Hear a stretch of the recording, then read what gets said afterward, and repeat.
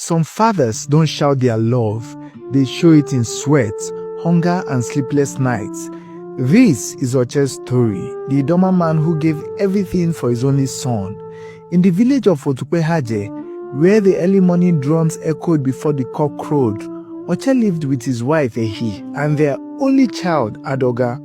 They had no riches, no farmlands, no titles to boast of, but Oche had a treasure, his son.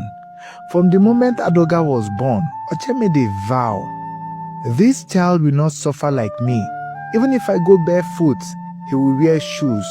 Even if I go hungry, he will eat. And so began his journey of sacrifice. Every morning, Oche left home before the sun touched the red Benue soil. He carried loads in Otukpo market, cleared bushes for wealthier farmers, and dug trenches under the harsh sun. Villagers mocked him, saying, "Oche, why work like a slave for just one child? Why suffer like this, Oyi?" But Oche only wiped his sweat and smiled. "My son is my tomorrow. If he rises, I rise too." Adoga was brilliant. In school, teachers called him the pride of Idoma land. He won prizes, topped every class, and made his father's heart swell with pride. Each time Adoga stood on stage, Oche clapped the loudest. But while the boy was rising, Oche's body was breaking. His back bent from years of toil. His palms hardened like bark. His steps grew slower. Still, he worked harder because Adoga's future depended on it. One evening, staggering home after laboring on another man's farm, Oche whispered to himself, "One day, my boy will lift me up. One day." But will that day ever come? What Adoga did next will shock you. Watch out for part 2. Years passed and Adoga grew into a fine young man. Oche sold his goods, his bicycle, even a small patch of cassava land to pay school fees. He worked long days, sometimes eating only roasted yam and palm oil at night. At last, Adoga graduated from university. The whole village celebrated. Drums echoed, women danced in wrappers, elders poured libations and said, "Oche, your sacrifice was not in vain. Your son has brought honor to Idoma land." Tears filled Oche's eyes.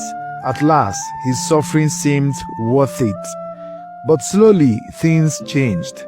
Adoga returned from the city wearing fine suits and polished English. He brought gifts, but only for his mother. Wrappers, jewelry, baskets of food. "Mama, you will enjoy. You are the one always there," he said with a smile. Oche stood aside, smiling quietly. He thought, tomorrow he will remember me. Soon, Adoga traveled abroad. Social media was full of pictures. Adoga and his mother smiling in London, Dubai, and America. The village praised him. "Ah, Adoga is a good son, oh. See how he carries his mother everywhere."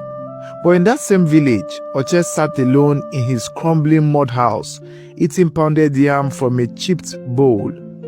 When neighbors asked, "Oche, why hasn't your son taken you along?" he forced a smile. "As long as my son is happy, I am fine." But at night, under the mango tree where he once waited for Adoga to return from school, Oche whispered, "My son, have you forgotten the hand that carried you?" And then something happened.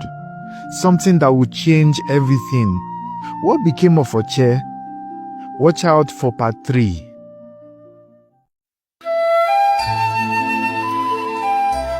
Seasons passed. The mango tree lost its leaves. Oche grew weaker each day. The man who once carried loads in Otukpo market now struggled to lift even a calabash of water.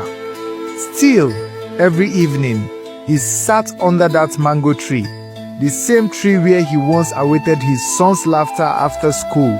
He sat there, hoping one day Adoga would return, not with riches, not with gifts, but with love. One evening, villagers found Oche resting by the tree, his eyes closed forever. In his weak hands lay a folded paper. It read, Adoga, I never wanted your riches. I only wanted your love. When news reached Adoga abroad, he rushed home, but it was too late. The seat under the mango tree was empty. Standing there, tears streaming down his face, he listened as the villagers told him, Your father was the one who sold his land for your fees. Your father carried loads in Otuko market. Your father gave his life so you could stand tall. Your mother only received. It was your father who provided. The truth pierced his heart. He fell on the red earth of Idoma land, crying, Papa, Kocho, forgive me. I thought you didn't care. I didn't know it was you. It was always you, Papa. The village grew silent. Even the Hamatan breeze stilled. Final lesson here. Many fathers love in silence. They may not say much, but their sacrifices build our tomorrow. Do not wait until it's too late. Honor both your father and your mother, because a mother gives you life, but a father gives his life.